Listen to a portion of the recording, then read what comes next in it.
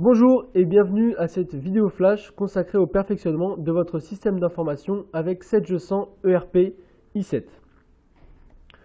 Nous allons voir comment l'ERP 7200 i7, constitué du socle comptabilité et gestion commerciale, ainsi que des modules CRM étendu et trésorerie, sans oublier les outils décisionnels, permettent de couvrir l'ensemble des fonctions clés de l'entreprise. Avec une base de données unique, nous pourrons suivre toute la chaîne de vente, de la prospection à la fidélisation. Sur l'aspect financier, la comptabilité 7200 et ses modules vont permettre de mieux gérer les flux financiers, encaissement et décaissement, ainsi que la relance client et le recouvrement. Je vous propose tout de suite de passer à la démonstration. Lors de la démonstration, je vais présenter le parcours d'une demande client dans 7G CRM jusqu'à la facturation de la commande en gestion commerciale. Dans un deuxième temps, nous regarderons comment suivre le paiement et mesurer l'impact en trésorerie. Enfin, nous aborderons l'aspect décisionnel avec les outils de pilotage disponibles en standard dans 7200 ERP i7. La demande transmise depuis notre site web arrive directement dans l'outil de relation client. Nous pouvons être également avertis par notification. Cet outil centralise toutes les données et permet de retrouver facilement les demandes et les actions menées sur chaque compte. Après avoir qualifié la demande et pris connaissance du dossier, j'adresse un devis à mon client dans la partie 7200 étendue. Le traitement de la demande se fait donc en mode web et sera par conséquent plus accessible pour des utilisateurs nomades. La segmentation des clients dans 7200 étendue vous permet de conserver une certaine confidentialité entre vos différents collaborateurs.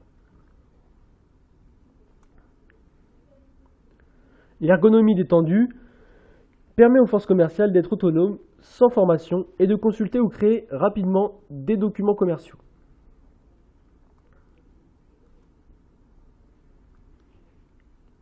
Après avoir saisi le devis dans la partie étendue, la gestion commerciale va prendre le relais. La gestion commerciale va permettre de gérer le devis après validation. Nous retrouverons donc toutes les informations saisies par le commercial en en-tête ou en pied de page et nous pourrons compléter le devis. Ici, nous retrouvons les informations sur la TVA et les frais de port. L'échéancier de paiement et les conditions de paiement, puis nous pourrons saisir un acompte. Après avoir saisi l'acompte, nous transformons le devis en bon de commande et nous pourrons conserver le devis d'origine.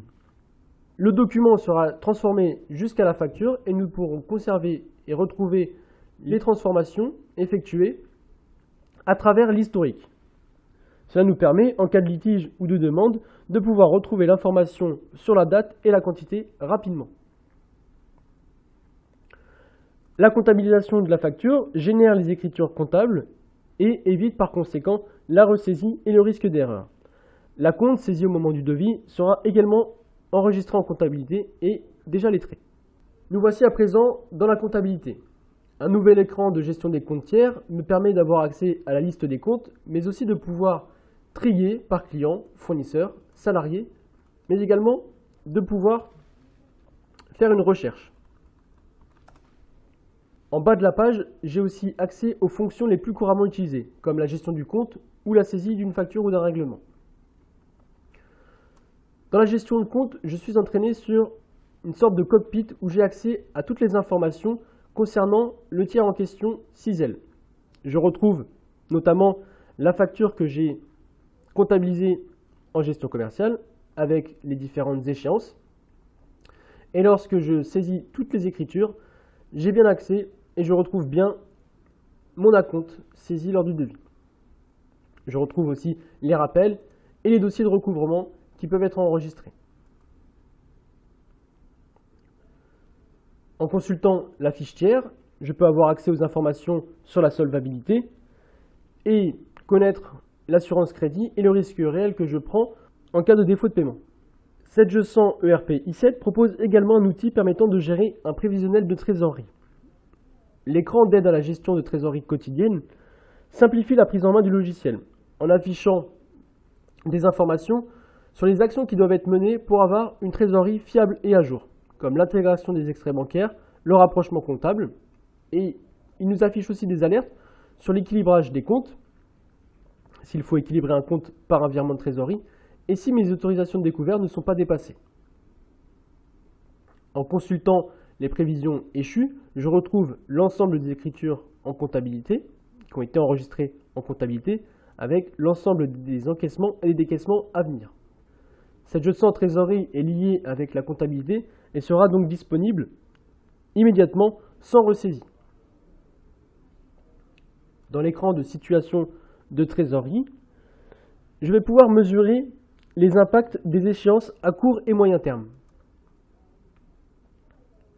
en fonction d'une période donnée, jour, semaine, quinzaine, mois, et de la banque sélectionnée. Je pourrais donc connaître ma situation de trésorerie au jour, à la quinzaine ou au mois près.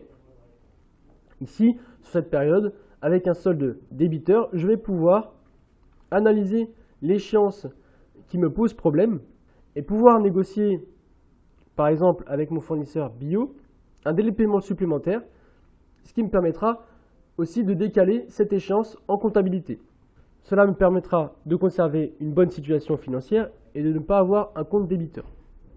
Le pilotage, accessible désormais sur Excel avec la génération I7, va permettre de faciliter le travail des décideurs opérationnels ainsi que des décideurs stratégiques. L'exemple de l'échéancier par représentant va permettre au comptable d'avoir une vue par client des factures échues non réglées.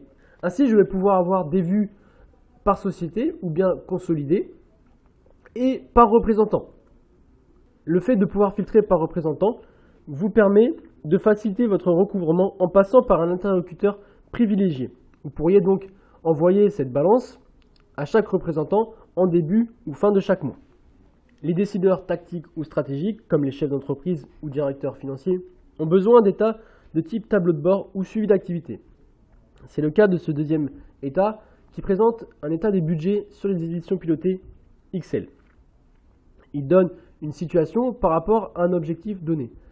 La colonne réalisée est alimentée directement par la comptabilité, avec une fonction qui a été saisie préalablement.